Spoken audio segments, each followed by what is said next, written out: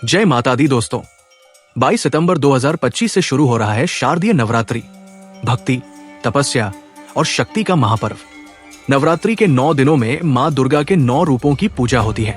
हर दिन एक विशेष देवी का पूजन, हर दिन एक अद्भुत कथा और हर कथा में छिपा है जीवन बदल देने वाला संदेश। तो आइए जानते हैं माँ के 9 स्वरूप, उनकी कहानियां और उनका महत्व। नवरात्रि क्या है? नवरात्रि का अर्थ है 9 रातें।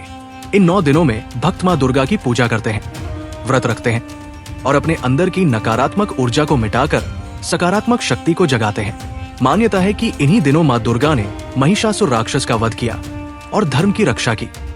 इसीलिए नवरात्रि को शक्ति की उपासना कहा जाता है।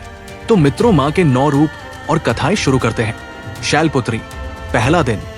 देवी पार्वती का ये प्रथम रूप है, जिन्हें शैलपुत्री कहा जाता है, अर्थात पर्वतराज हिमालय की पुत्री। पौराणिक कथा के अनुसार पिछले जन्म में वे सती थी, राजा दक्ष की कन्या। सती ने भगवान शिव को अपने पति के रूप में स्वीकार किया था, लेकिन राजा दक्ष को यह विवाह कभी स्वीकार नहीं हुआ। उसने एक विशाल यज्ञ किया और जानबूझकर अपने जामाता शिव को आमंत्रित नहीं किया। सती अपने पिता के यज्ञ में पहुंची, लेकिन वहां शिव का अपमान होते देख वे व्याकुल हो उठी। अपने पति का अपमान सहन न कर पाने की वेदना में उन्होंने यज्ञ की अग्नि में कूदकर अपने प्राण त्याग दिए। बाद में पुनर्जन्म लेकर वे हिमालय की पुत्री पार्वती बनी। इसी कारण उन्हें शैलपुत्री कहा जाता है। ये रूप हमें ये सिखाता है कि सम्मान और आत्मसम्मान जीवन में सबसे बड़ा होता है। चाहे परिस्थिति कैसी भी हो, अन्याय और अपमान के विरुद्ध खड़े होने का साहस रखना ही सच्ची भक्ति और शक्ति है। संदेश: शैलपुत्री माँ हमें दृढ़ता और सम्मान की रक्षा का मार्ग दिखाती है। ब्रह्मचारिणी, दूसरा दिन। नवरात्रि के दूसरे दिन माँ के ब्रह्मचारिणी स्वरूप की पूजा होती है। इस रूप में वे तपस्या और संयम की देवी मानी जाती है। कथा के अनुसार जब सती ने अपने प्राण त्याग दिए और पुनर्जन्म में पार्वती के रूप में पर्वतराज हिमालय की पुत्री बनी, तब से ही उनके हृदय में भगवान शिव को पति रूप में पाने की प्रबल इच्छा थी। देवताओं और नारद मुनि के मार्गदर्शन में पार्वती ने कठोर तपस्या करने का निश्चय किया। उन्होंने वर्षों तक गहन साधना की, कभी केवल फल खाकर, कभी केवल पत्ते खाकर और अंततः वर्षों तक केवल जल और वायु पर निर्भर रहकर वे तप करती रही। उनकी तपस्या इतनी प्रचंड थी कि देवता, ऋषि और स्वयं ब्रह्मा जी भी आश्चर्यचकित रह गए। अंततः उनकी दृढ़ साधना और धैर्य ने भगवान शिव का हृदय पिघला दिया और शिव ने उन्हें अपनी अर्धांगिनी के रूप में स्वीकार कर लिया। इस रूप में मां ब्रह्मचारिणी हमें यह संदेश देती है कि धैर्य, संयम और कठोर परिश्रम से असंभव लगने वाला लक्ष्य भी प्राप्त किया जा सकता है। संदेश: ब्रह्मचारिणी मां हमें सिखाती है कि सफलता और सिद्धि का मार्ग कठिन जरूर होता है, लेकिन धैर्य और साधना से हर मंजिल पाई जा सकती है। चंद्रघंटा, तीसरा दिन। नवरात्रि के तीसरे दिन मां के चंद्रघंटा स्वरूप की पूजा की जाती है। इनके मस्तक पर अर्धचंद्र के आकार की सुंदर स्वर्णिम घंटा सजी रहती है। इसी कारण इन्हें चंद्रघंटा कहा जाता है। कथा के अनुसार जब मां पार्वती का विवाह भगवान शिव से हुआ, तब उन्होंने इस दिव्य रूप को धारण किया। विवाह के समय शिव जी का स्वरूप भयावह और विचित्र था। शरीर पर भस्म, गले में नाग, जटाओं में गंगा और भूत प्रेत उनका बाराती दल। ये देखकर देवी पार्वती के माता पिता और अन्य लोग भयभीत हो उठे। तभी मां ने चंद्रघंटा रूप धारण कर वातावरण को शांत और मंगलमय कर दिया। उनके मुखमंडल से ऐसी दिव्य आभा प्रस्फुटित हुई कि हर ओर शांति और सौंदर्य छा गया। इसके अलावा पौराणिक कथाओं में यह भी वर्णन है कि युद्ध के समय मां चंद्रघंटा अपने उग्र रूप में शत्रुओं का संहार करती है। उनकी घंटा की गूंज मात्र से राक्षस कांप उठते हैं। मां चंद्रघंटा हमें ये शिक्षा देती है कि शक्ति और सौंदर्य का संगम तभी सार्थक है जब वो धर्म और रक्षा के लिए प्रयोग हो।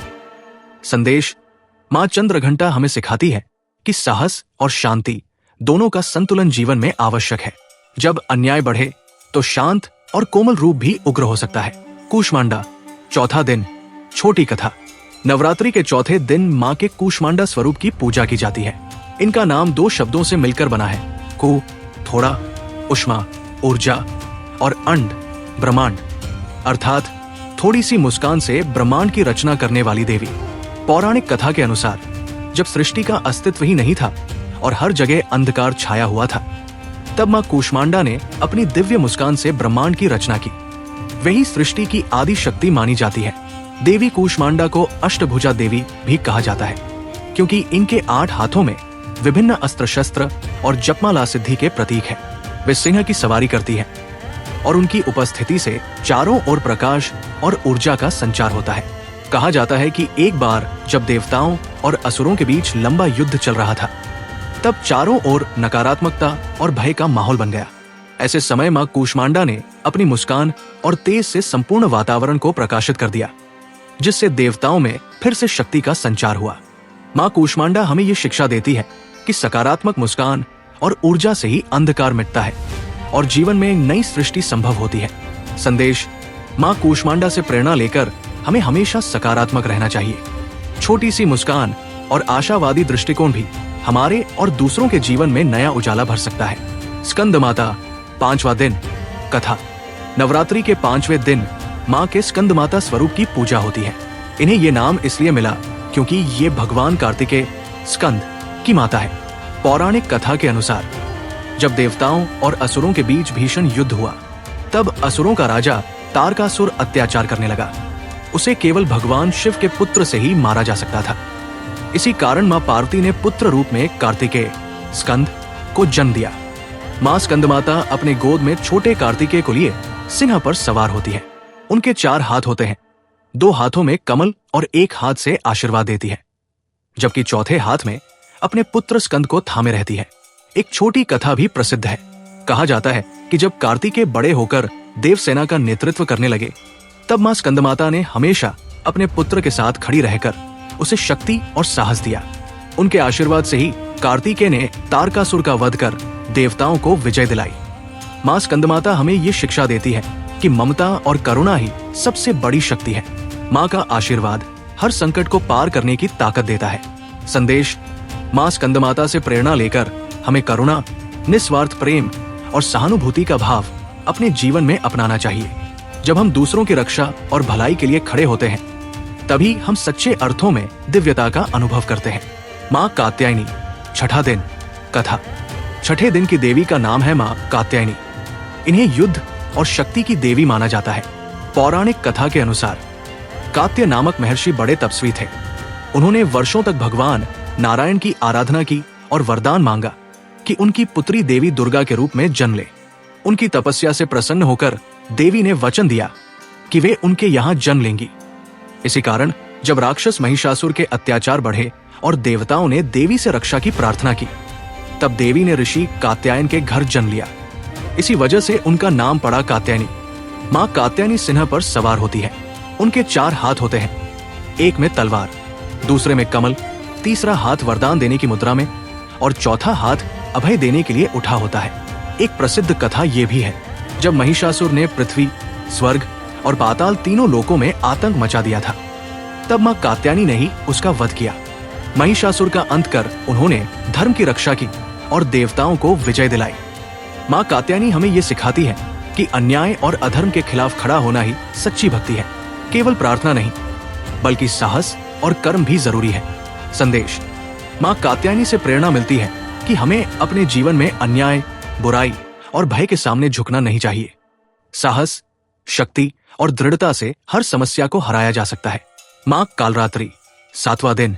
कथा: मां दुर्गा का ये रूप सबसे भयानक और उग्र माना जाता है, लेकिन ये उग्रता केवल असुरों और दुष्ट शक्तियों के लिए है। अपने भक्तों के लिए मां कालरात्रि सदा शुभ और मंगलकारी है। पौराणिक कथा के अनुसार एक समय 2 दानव, शुंभ और निशुंभ, अपनी शक्ति के बल पर देवताओं को सताने लगे। उनके सेनापति रक्तबीज का आतंक भी असीम था। रक्तबीज का वरदान था कि उसकी जितनी भी बूंद जमीन पर गिरती, उतने ही नए दानव जन्म ले लेते। जब देवता परेशान होकर देवी से प्रार्थना करने लगे, तब मां दुर्गा ने अपने भीतर से एक अद्भुत और विकराल रूप प्रकट किया। वही थी मां कालरात्रि। उनका रूप अत्यंत भयावह था। काले रंग का शरीर, खुले हुए लंबे बाल, गले में माला, 3 नेत्र जो अग्नि की तरह चमकते थे। वे गधे पर सवार होकर हाथों में लोहे का कांटा और वज्र धारण करती थी। मां कालरात्रि ने युद्ध में रक्तबीज का सामना किया। जब भी उसकी रक्त की बूंदें धरती पर गिरती, मां उसी क्षण उस रक्त को पी जाती, जिससे नए दानव उत्पन्न ही नहीं हो पाए। अंततः उन्होंने रक्तबीज और शुंभ निशुंभ का संहार कर देवताओं को विजयी बनाया। इसीलिए माँ कालरात्रि को अंधकार और बुराई का नाश करने वाली देवी कहा जाता है। संदेश: माँ कालरात्रि हमें सिखाती है कि जीवन में भय से भागना नहीं चाहिए। अंधकार और बुराई चाहे कितनी भी गहरी क्यों न हो, यदि साहस और विश्वास हो तो उसका अंत निश्चित है। कभी कभी कठोरता और गुस्सा भी धर्म और न्याय के लिए आवश्यक होता है। माँ महागौरी, 8वां दिन। कथा: माँ दुर्गा का ये रूप अत्यंत शांत, कोमल और दिव्य है।